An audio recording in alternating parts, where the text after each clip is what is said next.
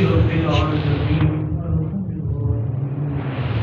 الذي أرسل حبيبه رحمة للعالمين وعلى آله وأصحابه أجمعين أما بعد أعوذ بالله من الشيطان الرجيم بسم الله الرحمن الرحيم كتب الله لأغلبن أنا ورسلي إن الله قوي عزيز صدق الله العظيم إن الله وملائكته يصلون على النبي يا أيها الذين آمنوا صلوا عليه وسلموا تسليما الصلاة والسلام عليك يا سيدي يا رسول الله وعلى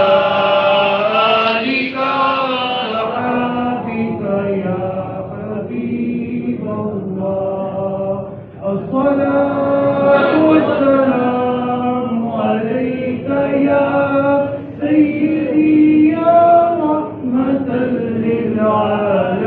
للعالمين وعلى آلك وصحبك يا شفيع المسلمين سبحان اللہ سبحان اللہ ہر سمت مسلمانوں پہ چھائی تھی تباہی ملک اپنا تھا غیروں کے ہاتھوں میں تھی شاہی ایسے میں اٹھا دین محمد کا سپاہی اور نعرہ تکبیر سے دی اس نے گواہی اسلام کا جھنڈا لے آیا سرے میدان اے قائد اعظم تیرا احسان ہے احسان اقبال نے دیکھا تھا جو ایک خواب سہانا اس خواب کو ایک روز حقیقت ہے بنانا سوچا جو یہ تو نے تو ہنسا تجھ پہ زمانہ اے قائد اعظم تیرا احسان ہے احسان سبحان اللہ اللہ تعالیٰ کا بے حد و حساب شکر کہ جس ذات حق کی توفیق سے ہم اس کی بارگاہ کرم میں حاضر ہیں دعا ہے کہ وہ خالق کائنات خالق ارض و سماوات ہمیں محمد مصطفیٰ صلی اللہ علیہ وسلم کے وسیلے اور تصدق سے ملنے والے وطن عزیز پاکستان کی قدر کرنے کی توفیق عطا فرمائے۔ آج جس موضوع کو لے کر آپ کی خدمت میں حاضر ہوں وہ 14 اگست انڈیپینڈنس ڈے آف پاکستان کی مناسبت سے اصغر سودائی کا نعرہ ہے کہ پاکستان کا مطلب کیا؟ لا الہ الا اللہ محمد الرسول اللہ۔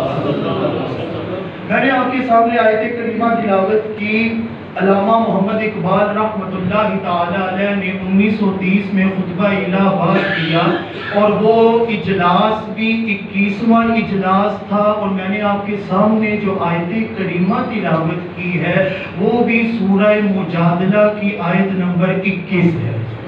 رب ذوالجلال نے ارشاد فرمایا بسم اللہ الرحمن الرحیم کتب اللہ لأغلبن انا ورسولی۔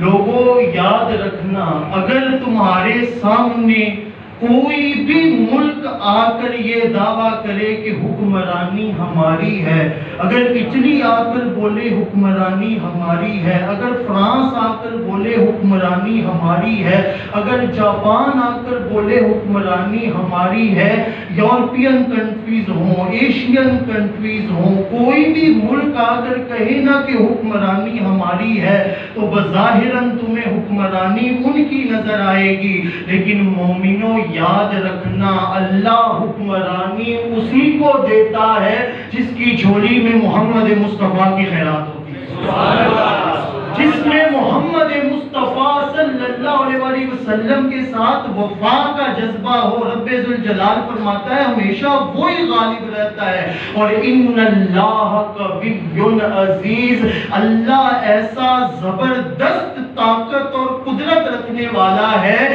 کہ چشم زدن میں کفار کی حکمرانیوں کو ختم کر کے امت مسلمہ کی حکمرانی کو نافذ کر دے۔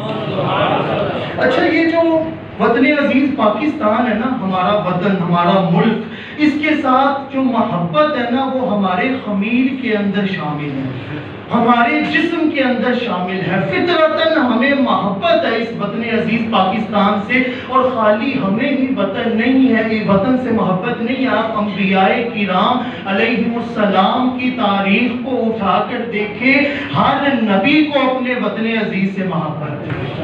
حضرت موسیٰ علیہ السلام کا دور، قبطیوں کا ایک بندہ مار دیا، جلالی پیغمبر تھے، وہ گناہ کر رہا تھا، لڑائی کر رہا تھا، فساد پیدا کر رہا تھا، آپ نے منع کیا، وہ باز نہیں آیا، آپ نے مکہ مارا، وہ وہیں پر مر گیا۔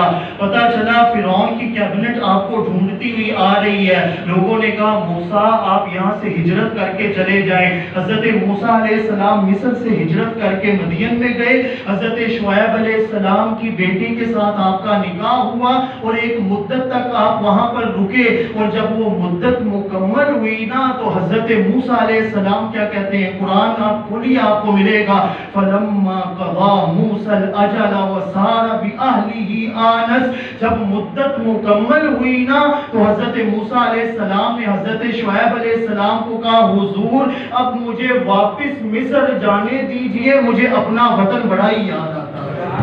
حضرت محمد مصطفیٰ صلی اللہ علیہ وسلم جب کفار نے، بدبختوں نے، عتبہ، شیبہ، ولید، امیہ، ابو جہل، ابو لہب آپ کو ہجرت پر مجبور کیا نا، تو آقا کریم صلی اللہ علیہ وسلم خانہ کعبہ کے سامنے کھڑے ہو کر کہنے لگے، اے خانہ کعبہ، اے حرم پاک، تو بڑا ہی پاکیزہ ہے، تو مجھے بڑا ہی پسند ہے، خدا کو گواہ بنا کر کہہ رہا ہوں اگر یہ مجھے ہجرت پر مجبور نہ کرتے تو میں تجھے کبھی چھوڑ کر جاتا ہی نہیں۔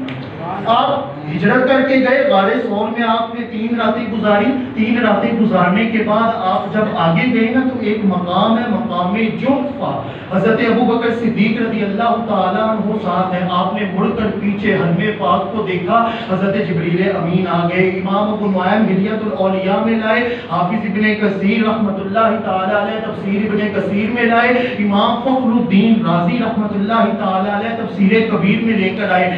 آپ نے مڑ کر جب حرم پاک کو دیکھا نا، جبریل امین نے آ کر عرض کی، یا رسول اللہ، یا حبیب اللہ صلی اللہ علیہ وسلم، آپ کو خانہ کعبہ یاد آ رہا ہے؟ کہا جی جبریل، خانہ کعبہ یاد آ رہا ہے۔ کہا رب ذوالجلال نے سورۃ القصص کی آیت نمبر 85 بھیجی ہے، ان الذی فرض علیک القرآن لرادوک الی معاد، محبوب گھبرائیے مت، اسی آپ کے وطن میں آپ کو فاتحانہ طور پر ہم داخل فرمائیں۔ اور مدینہ منورہ کے بعد 8 سال کا وقفہ، اور جب فتح مکہ ہوئی نا تو صحابہ کرام سے پوچھئے ذرا، آقا کریم صلی اللہ علیہ وسلم اس طرح فاتحانہ طور پر داخل ہوئے؟ صحابہ کہتے ہیں محمد مصطفیٰ صلی اللہ علیہ وسلم کا سینہ چوڑا نہیں تھا، بلکہ آپ نے اپنی گردن کو جھکایا ہوا تھا۔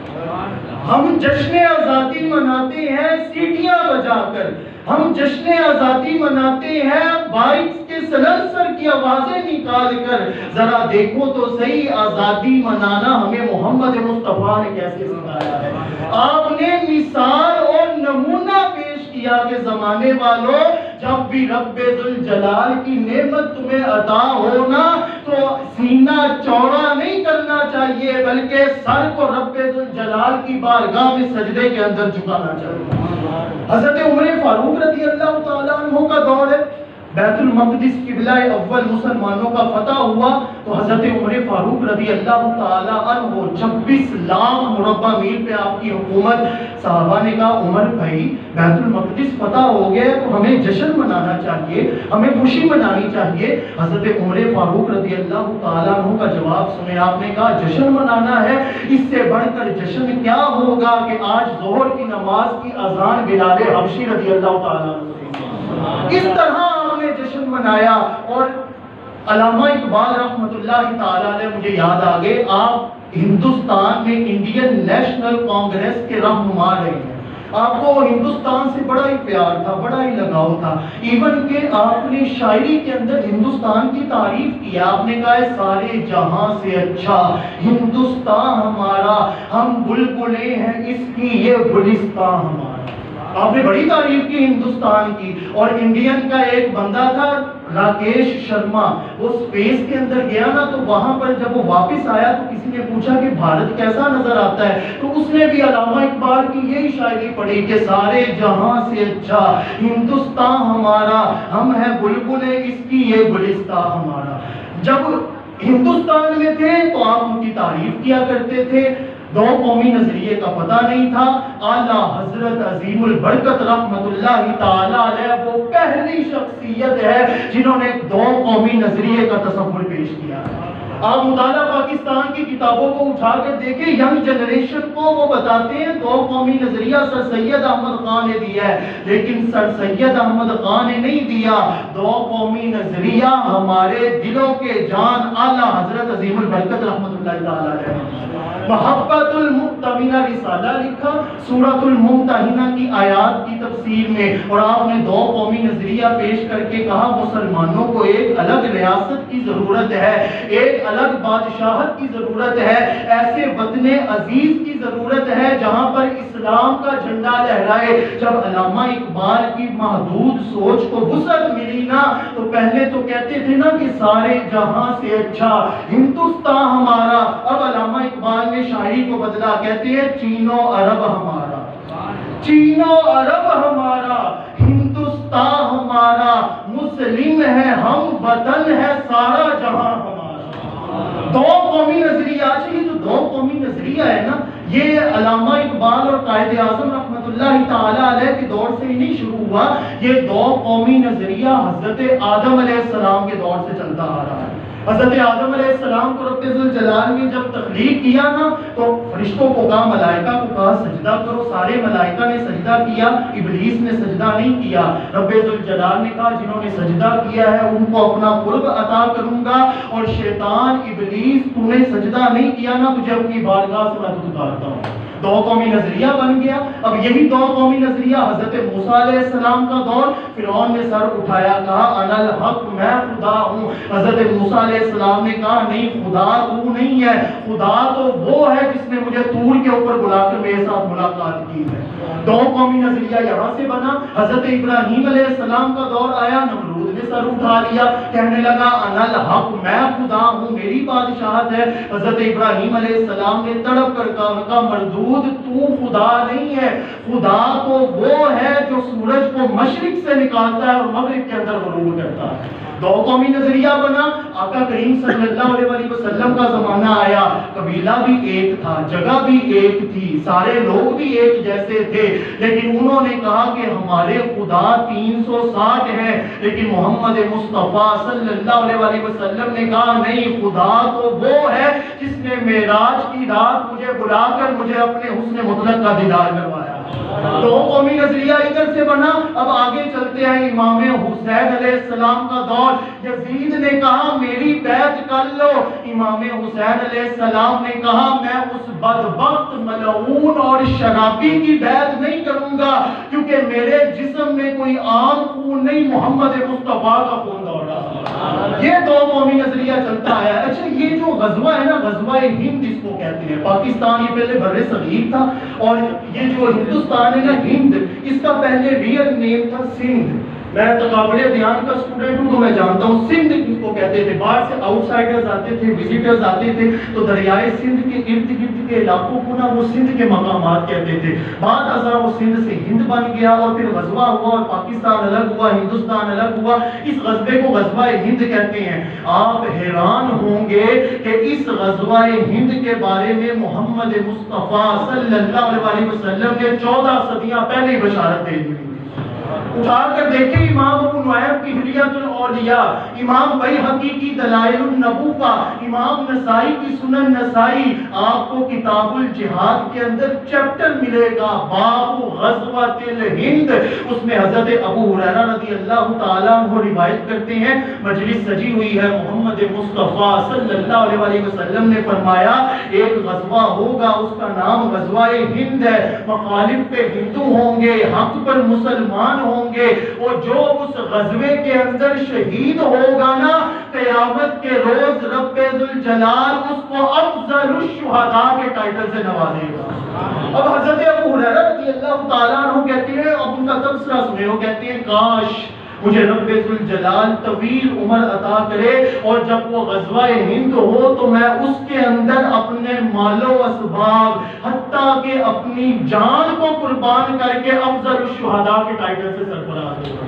حضرت علی شیر خدا رضی اللہ تعالیٰ عنہ روایت کرتے ہیں، مستدرک للحاکم کی روایت ہے، کہتے ہیں آقا کریم صلی اللہ علیہ وسلم نے ارشاد فرمایا دو گروہ ایسی ہیں جس پر رب ذوالجلال نے دوزخ کی آگ کو حرام کیا۔ دو گروہ ایسے ہیں، پہلا گروہ جو حضرت عیسیٰ علیہ السلام کے ساتھ مل کر دجال کے مخالفت میں لڑے گا، اس پر رب ذوالجلال نے دوزخ کی آگ کو حرام کیا ہوا ہے، اور فرمایا دوسرا گروہ وہ جو غزوہ ہند میں مسلمان لڑیں گے اور مسلمانوں کو رب ذوالجلال فتح عطا فرمائے گا، اور جو اس میں شہید ہوں گے ان پر رب ذوالجلال نے دوزخ کی آگ کو حرام قرار دیا۔ اچھا یہ جو پاکستان ہے نا، پاکستان کا مطلب کیا؟ ذرا مل کر بولے لا الہ الا اللہ محمد رسول اللہ صلی اللہ علیہ وسلم۔ مجھے آغا شورش کاشمیری یاد آ رہے ہیں، انہوں نے اپنی کتاب میں لکھا کہ تحریک آزادی میں چلا رہا تھا، تحریک چلا رہا تھا، میں جب تحریک مکمل ہوئی نا تو میں آ رہا تھا تو ایک بوڑھا کسان وہ ہل چلا رہا تھا، میں نے کہا ذرا اس سے پوچھتا ہوں کہ آپ ووٹ کس کو دیں گے؟ کہتے میں ذرا پاس کیا، میں نے کہا آپ بتائیں آپ ووٹ کس کو دیں گے؟ انہوں نے کہا جی پاکستان کو دوں گا۔ تو آغا شورش کاشمیری کہتے ہیں میں نے پوچھا پاکستان کو ووٹ دینے کا کوئی مقصد، کوئی آپ کے پیچھے ویژن، آپ کیوں ان کو ووٹ دیں گے؟ کہا مجھے ایک بات تو بتاؤ بیٹے پاکستان کا مطلب کیا ہے؟ انہوں نے کہا لا الہ الا اللہ محمد الرسول اللہ۔ بابا جی کے طرف کے کہتے ہیں پھر مجھے ایک بات بتاؤ جس کے پاکستان کے ساتھ محمد کی نسبت جڑ جائے تو میں ان کو چھوڑ کے دوسروں کو ووٹ کیسے دے سکتا ہوں؟ یہ پاکستان، اس کو مدینہ ثانی کہتے ہیں، مدینہ ثانی۔ اچھا میں آپ کو مماثلت دکھاتا ہوں، مماثلت اور ریزمبلنس کتنی ہے۔ مدینہ طیبہ عربی کے دو الفاظ کا مرکب ہے، مدینہ کا مطلب ہوتا ہے جگہ اور طیبہ کا مطلب ہوتا ہے پاکیزہ۔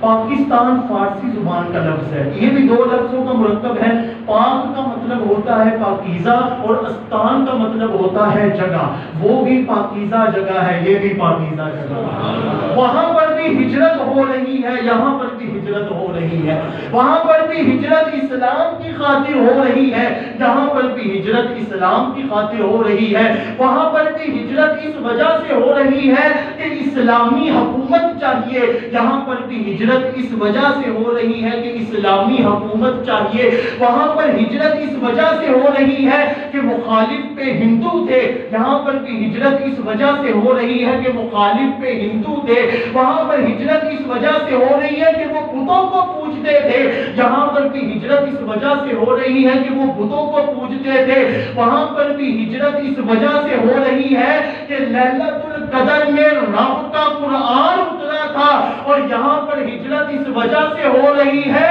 کہ لیلۃ القدر میں وطن عزیز پاکستان ہمیں ملا تھا۔ مماثلت آپ دیکھیں پاکستان۔ اچھا ہم تو جشن آزادی مناتے ہیں نا بڑے خوش ہو کے، بڑا ہلا گلا کر کے جی ہم نے جشن آزادی منائی ہے، ہم ہی سوچتے ہیں جی رات کو علامہ اقبال کو خواب آیا تھا اور انہوں نے الگ ریاست کا مطالبہ کیا، قائد اعظم نے مل کر پاکستان بنا دیا، ڈیٹ سیٹ بس کام مکمل ہو گیا۔ اگر پاکستان اتنی آسانی سے بننا ہوتا نا تو 18 لاکھ لوگوں کو قائد اعظم شہید نہ کرواتے۔ اگر پاکستان اتنی آسانی سے بننا ہوتا نا تو علامہ فضل حق خیر آبادی 1857 کے اندر جنگ کے اندر سارا کچھ ہونے کے بعد، قید کر لینے کے بعد زندان کے اندر چکیاں نہ پیستے، آپ سے چکیاں پسواتے، اور جلیل القدر علامہ تھے علامہ فضل حق خیر آبادی، اور جب پوچھتے تھے نا کہ ہاں اب بھی آزادی کی بات کرو گے تو تڑپ کے کہتے تھے فدیت محمدن خیر الفدایا، اے بدبختو تم یہ سب کروا کے سے مطالبہ کرتے ہو، میں آج بھی ساری آزمائشوں سے بہتر محمد مصطفیٰ کے نام پر اپنی جان کو قربان کرنا بہتر سمجھتا ہوں۔ اگر اللہ اکبر، یا رسول اللہ، اگر پاکستان اتنا سستا بننا ہوتا نا تو سرہند شریف کے مقام پر جائیں، وہاں پر ابھی بھی کنواں ہے جس میں سید زادیوں نے اپنی عزتوں کو بچانے کی خاطر خودکشی کی۔ اگر پاکستان اتنا سستا ہوتا نا تو 70,000 خواتین کو ہندو اور سکھ مسلمانوں کی اغوا کر کے نہ لے کر جاتے۔ یہ پاکستان کی قدر ہم کب کرنا سیکھیں گے؟ کب ہمیں پتہ چلے گا؟ کب ہمیں ریئلائز ہوگا کہ پاکستان کتنی عظیم نعمت ہے جو رب ذوالجلال نے ہماری جھولی کے اندر بطور خیرات عطا کی ہوئی ہے۔ اچھا، یہ جو پاکستان ہے نا، آپ قربان جائیں، آپ تاریخ اٹھائیں، 1946 بنارس کی سرزمین کے اوپر ایک بہت بڑا سنی کانفرنس ہوئی تھی۔ اس میں 1,00,000 لوگوں کا مجمع تھا اور وہاں پر علماء اہل سنت و جماعت کے 5,000 علماء نے شرکت کی۔ امین الحسنات شاہ صاحب بھی اس میں موجود تھے، اس کے اندر پیر سید جماعت علی شاہ صاحب بھی موجود تھے، اس کے اندر نعیم الدین مراد آبادی رحمۃ اللہ تعالی علیہ بھی موجود تھے، اس کے اندر اعلیٰ حضرت عظیم البرکت رحمۃ اللہ تعالی علیہ بھی موجود تھے۔ اور انہوں نے ریٹن لکھ کے دیا تھا، انہوں نے کہا تھا کہ خدا نہ خواستہ اگر قائد اعظم یہ پاکستان کے موقف سے پیچھے بھی ہٹ گئے نا تو ہم تب تک دم نہیں بھریں گے جب تک وطن عزیز پاکستان کو حاصل نہیں کر لیں گے۔ آپ قائد اعظم رحمۃ اللہ تعالی علیہ کانفرنس سے باہر نکلے تو اچانک نا صحافیوں نے نا گھیراؤ کر لیا۔ انہوں نے کہا حضور آپ ہمیں ایک بات تو بتائیں، وہ مہاتما گاندھی بدبخت وہ کہتا ہے کہ یہ پاکستان کا مطلب کیا ہے؟ ہمیں تو سمجھ کوئی نہیں آتی یہ پاکستان کا مطلب کیا ہے۔ یہ پاکستان معاذ اللہ وہ کہتے ہیں کفرستان ہے، یہ پتہ نہیں کیوں الگ ہو رہے ہیں، اور یہ پاکستان کا مطلب ہے کیا؟ آپ ہمیں تو سمجھائیں۔ قائد اعظم رحمۃ اللہ تعالی علیہ مسکرائے اور مسکرا کر نا کانفرنس مکمل ہوئی تھی تو لوگ کھڑے ہوئے تھے۔ 6 سال کے بچے کو بلایا تھا، بیٹا ذرا بات سننا۔ 6 سال کا بچہ آیا، کہتے ذرا تم بتاؤ نا پاکستان کا مطلب کیا ہے، ذرا تم بتاؤ نا پاکستان کا مطلب کیا ہے۔ اس بچے نے تڑپ کر کہا لا الہ الا اللہ، کہا کون ہمارا رہنما؟ اس نے تڑپ کر کہا محمد الرسول اللہ۔ قائد اعظم نے کہا ہماری قوم الحمدللہ وہ قوم ہے جس کا بچہ جانتا ہے کہ پاکستان کا مطلب کیا ہے۔ اگر گاندھی ہی نہیں سمجھنا چاہتا تو اس میں ہمارا قصور کیا ہے؟ علامہ اقبال رحمۃ اللہ تعالی علیہ کے پاس ایک بندہ آیا، کہنے لگا ہمارا اٹھنا بیٹھنا بھی ایک ہے، ہمارا رنگ روپ بھی ایک ہے، ہماری بولی بھی ایک ہے، سب کچھ جب ایک ہے تو آپ الگ وطن کا مطالبہ کیوں کروا رہے ہیں؟ کیوں آپ خواب بتا کر الگ ریاست پاکستان بنوانا چاہتے ہیں؟ تو آگے سے علامہ اقبال رحمۃ اللہ تعالی علیہ نے تڑپ کر کہا اپنی ملت پر قیاس اقوام مغرب سے نہ کر، اقوام مغرب کے ساتھ اپنی ملت پر قیاس نہ کر۔ ان کی ملت ملت کرشنا ہے، ان کی ملت ملت وشنو ہے، ان کی ملت ملت وید ہے، ان کی ملت ملت براہمن ہے، ان کی ملت ملت شودر ہے۔ اپنی ملت پر قیاس اقوام مغرب سے نہ کر، خاص ہے ترکیب میں قوم رسول ہاشمی۔ کہتے ہیں ان کی ملت تو ان کے بت ہیں، ہماری ملت آمینہ کا لال محمد مصطفیٰ صلی اللہ علیہ وسلم۔ 2013 میں نا دنیا نیوز نے ایک کالم چھپا تھا، کالم تھا 1 اور 1، اور کالم چھاپنے والے کا نام تھا منیر احمد پارچہ۔ اس نے کالم چھاپا، اس نے کہا جب 1965 کی جنگ ہوئی نا، اور میجر قربان جائیں کیا جنگ تھی 1965 کی، 150 بندوں نے بھارت کے سارے خواب کو ملیا میٹ کر کے رکھ دیا تھا۔ انہوں نے تو تیاری کر رکھی تھی کہ ہم نے ناشتہ جا کے لاہور کی سرزمین پر کرنا ہے، اور ہمارے نوجوانوں کی جرأت اور بہادری کا انداز دیکھے اپنے سینوں پہ بم باندھ کر ان کے ٹینک کے نیچے گھس جایا کرتے تھے، اور وہ حیران ہو جاتے تھے کہ یہ کون سی غیبی طاقت ہے جو مسلمانوں کا سامنا کرنے پر ہمیں روک رہی ہے۔ ان بدبختوں کو کیا خبر تھی کہ غیبی طاقت نہیں بلکہ فیضان نظر محمد مصطفیٰ صلی اللہ علیہ وسلم۔ تو وہ 1965 کی جنگ ہوئی نا، میجر عزیز بھٹی بھی شہید ہوئے، تو اس میں ایک میجر تھے، میجر ضیاء الدین عباسی، شہید ہو گئے۔ جنرل ایوب خان کا دور تھا، ستارہ امتیاز سے نوازا گیا، والد گرامی کو بلایا گیا، والد گرامی کو کہا جی آپ میجر ضیاء الدین عباسی شہید کے والد ہیں، آپ کی کوئی خواہش ہے تو ذرا بتائیں، کوئی اگر خواہش ہو تو آپ بتا دیں، آپ کے بیٹے نے بڑا جرأت کا مظاہرہ کیا۔ اب آپ سنیں شہید کے والدین کی کیا خواہشات ہوا کرتی ہیں۔ والد نے تڑپ کر کہا مجھے محمد مصطفیٰ کا روضہ دکھا، میں کبھی بھی آقا صلی اللہ علیہ وآلہ وسلم کے در پر نہیں گیا، مجھے محمد مصطفیٰ آمینہ کے لال کا روضہ دکھا۔ عمرے پر بھیج دیے گئے، وہاں پر جب عمرے کے سارے فرائض آپ نے سر انجام دے لیے نا، تو آپ مواجہ عالیہ کے سامنے بیٹھے ہوئے، کچھ عربی آ کے کہنے لگے آپ حل انتم من پاکستان، آپ میں سے کوئی پاکستان سے ہے؟ تو آگے سے وہ کہتے ہیں جی ہاں میں ہوں۔ کہاں یہ ابھی حال ہی میں جنگ ہوئی ہے 1965 کی، تو آپ میجر ضیاء الدین عباسی کو جانتے ہیں؟ وہ کہتے ہیں والد گرامی میری آنکھوں میں آنسو آ گئے، میں نے کہا واہ بیٹے تو نے میرا نام کہاں کہاں نہیں روشن کر دیا، محمد مصطفیٰ صلی اللہ علیہ وسلم کی سرزمین کا میں میجر ضیاء الدین عباسی کا والد ہوں۔ انہوں نے کہا، انہوں نے جا کے ان کے ماتھے کو چومنا شروع کر دیا، ہاتھوں کو چومنا شروع کر دیا، تعظیم و تکریم کرنی شروع کر دی، گھر پہ لے گئے، ہوٹل پہ جا کے کھانا کھلایا، رہائش دی، سارا خرچہ اٹھایا۔ والد نے پوچھا ان کا میں تو پہلی مرتبہ زندگی میں یہاں پر آیا ہوں، میں تو آپ کو جانتا بھی نہیں ہوں، تو آپ یہ اتنی تعظیم و تکریم کیوں دے رہے ہیں؟ وہ آگے سے عربی کہتے ہیں کہ ہم مسجد نبوی کے خدام کے ہیڈ آف دی انچارج ہیں، ہم انچارج ہیں، اور رات کو ہمیں خواب میں محمد مصطفیٰ کی زیارت نصیب ہوئی، ہم نے دیکھا ہے آقا کریم صلی اللہ علیہ وسلم کی مجلس سجی ہوئی ہے، اور حضرت علی شیر خدا ایک لاش کو اٹھا کر لا رہے ہیں۔ آقا کریم نے پوچھا علی کس کی لاش ہے؟ کہا میجر ضیاء الدین عباسی شہید کی لاش ہے۔ آقا کریم صلی اللہ علیہ وسلم نے خود خوشبو لگائی اور کہا اس کو جنت البقیع کے قبرستان کے اندر دفن کر۔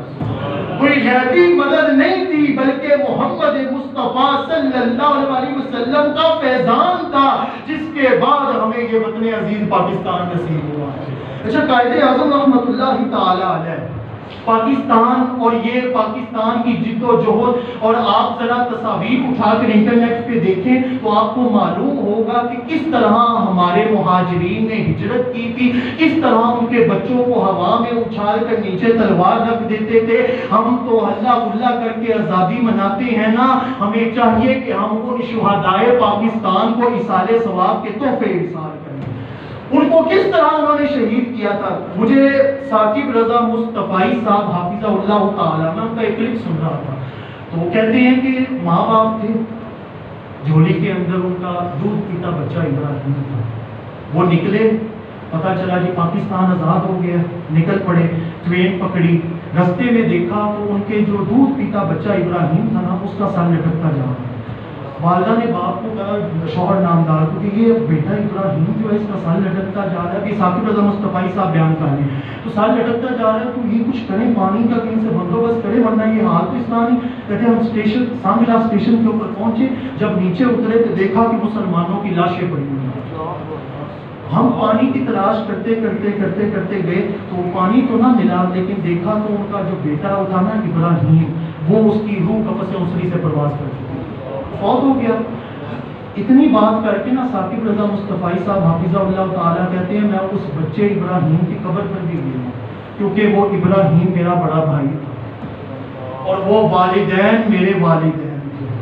کس طرح ہمارے بزرگوں نے مشکلات کو جھیل کر، سارے مصائب اور آلام کو برداشت کر کے وطن عزیز پاکستان کو حاصل کیا تھا۔ اس واقعے کے اوپر میری گفتگو کا اختتام، مستری اقبال نامی شخص تھا، کچھ کہتے ہیں مولوی اقبال تھا، کچھ کہتے ہیں مستری اقبال تھا، اس کی واگا بارڈر کے اوپر کہتا ہے میری ڈیوٹی لگا دی گئی، اور میجر اکبر نے اپنی کتاب میری آخری منزل میں لکھا ہے، اس کی ڈیوٹی لگا دی واگا بارڈر کے اوپر، آپ نے وہاں پر کھڑے ہونا ہے، اور قائد اعظم رحمۃ اللہ تعالیٰ علیہ نے کہا تھا کہ جس دن پہلا ایک ہندو مسلمان ہوا تھا نا، خدا کی عزت کی قسم پاکستان تو اسی دن بن چکا ہے۔ پاکستان کا مطلب کیا؟ لا الہ الا اللہ محمد رسول اللہ۔ کہتے میں واگا بارڈر پہ ڈیوٹی لگی، میں وہاں پر کھڑا ہوں، پہلا مہاجر آیا ہجرت کر کے، دیکھا تو بزرگ تھے، چہرے پر نورانیت تھی اور گرد و غبار تھا چہرے پر، کپڑے سارے پھٹے ہوئے تھے، جوتی ٹوٹی ہوئی تھی اور پاؤں سے خون نکل رہا تھا۔ کہتے میں نے بھاگ کے گیا تو میں نے جا کے ان کو پکڑا، بٹھایا، پانی وغیرہ پلایا، تو بابا جی کیا کہتے ہیں پنجابی میں؟ کہتے ہیں پتر پاکستان آ گیا، پاکستان آ گیا، کہتے ہیں میں نے تڑپ کر کہا، میں کہا بابا جی آپ پاکستان کی سرزمین پر آ گئے، آپ کو مبارک ہو، وطن عزیز پاکستان، لیلۃ القدر کی رات میں محمد مصطفیٰ کے وسیلے سے ملنے والا وطن عزیز پاکستان جو ہمارے مقدر میں آیا، آپ اس کی سرزمین میں داخل ہو چکے ہیں۔ وہ آگے سے تڑپ کر کہتے ہیں آسمان کی طرف دیکھ کر، واہ مولا چنگا کیتا ہی مینوں کافرہ دے ملکوں کٹ کے پاکستان دے ملک جوان چھڑے، میں تیرا کنا شکر ادا کرا ہونا کاٹے کہ میں کسے اور دی سرزمین تے نہیں آئے گا، اس سرزمین تے کھلوتا جتھے رب ذوالجلال تے حبیب محمد مصطفیٰ دے وسیلے تے تصدق کے سانو پاکستان نصیب ہویا۔ وہ کہتے ہیں جب اتنا انہوں نے کہا نا تو ان کی روح قفس اسری سے پرواز کر گئی، وہ وہیں پر پہنچ گئی۔ ہمارے بزرگوں کی بڑی قربانیاں تھیں، بڑے مصائب اور آلام اور بڑا جبر و تشدد کو جھیلنے کے بعد یہ وطن عزیز پاکستان ہمیں ملا۔ اگر اتنا سستا ہوتا نا تو بہادر شاہ ظفر کو جیل کے اندر صبح ناشتے میں اس کی اولاد کے کٹے ہوئے سر نہ ملا کرتے۔ یہ پاکستان کی قدر کریں۔ اس شعر کے اوپر میں اپنی گفتگو کا اختتام کرتا ہوں۔ علامہ محمد اقبال رحمۃ اللہ تعالی علیہ نے کہا تھا، لوگوں چاہتے ہو نا کہ یورپین کنٹریز پر تمہاری حکومت ہو، چاہتے ہو نا کہ ایشین کنٹریز پر تمہاری حکومت ہو، چاہتے ہو نا کہ سب سے بڑے اوشینز، اٹلانٹک اوشینز اور سب پوری دنیا پر تمہاری حکومت ہو، ابھی یہاں پر بھی بات نہیں رکی۔ کہا چاہتے ہو نا کہ تم رب ذوالجلال کے لوح و قلم کے ساتھ تقدیر خود لکھنا شروع کر دو اور اپنے حالات و واقعات کو خود بہتر بنانا شروع کر دو، تو صرف ایک کام کرنا کہ محمد سے وفا تو نے تو ہم تیرے ہیں، کہ محمد سے وفا تو نے تو ہم تیرے ہیں، یہ جہاں چیز ہے کیا لوح و قلم تیرے ہیں۔ اللہ پاک ہمیں وطن عزیز پاکستان سے محبت کی توفیق عطا فرمائے۔ آخر پر ایک ضروری اعلان سماعت فرما لیں۔ حضرت اللہ میرے استاذی گرامی حضرت علامہ قبلہ پروفیسر حافظ محمد اعظم نوری دعوت برکاتہم العالیہ دامہ اقبالہ اطال اللہ عمرہ، ان کی فلائٹ 3 بجے اسلام آباد ایئرپورٹ کے اوپر لینڈ ہوگی، اور میرے تایا جان Hazrat Allama Hafiz Muhammad Ahmad Qamar director Islamic centre عیسیٰ کی جاپان ان کو ریسیو کرنے گئے ہیں۔ انشاءاللہ تعالیٰ العزیز وہ 7 بجے کے قریب یا 8 بجے کے قریب پاکستان کی سرزمین پر پہنچ جائیں گے۔ اللہ پاک آپ سب کو اپنی حفاظتوں کے احسان نصیب فرمائے، آمین۔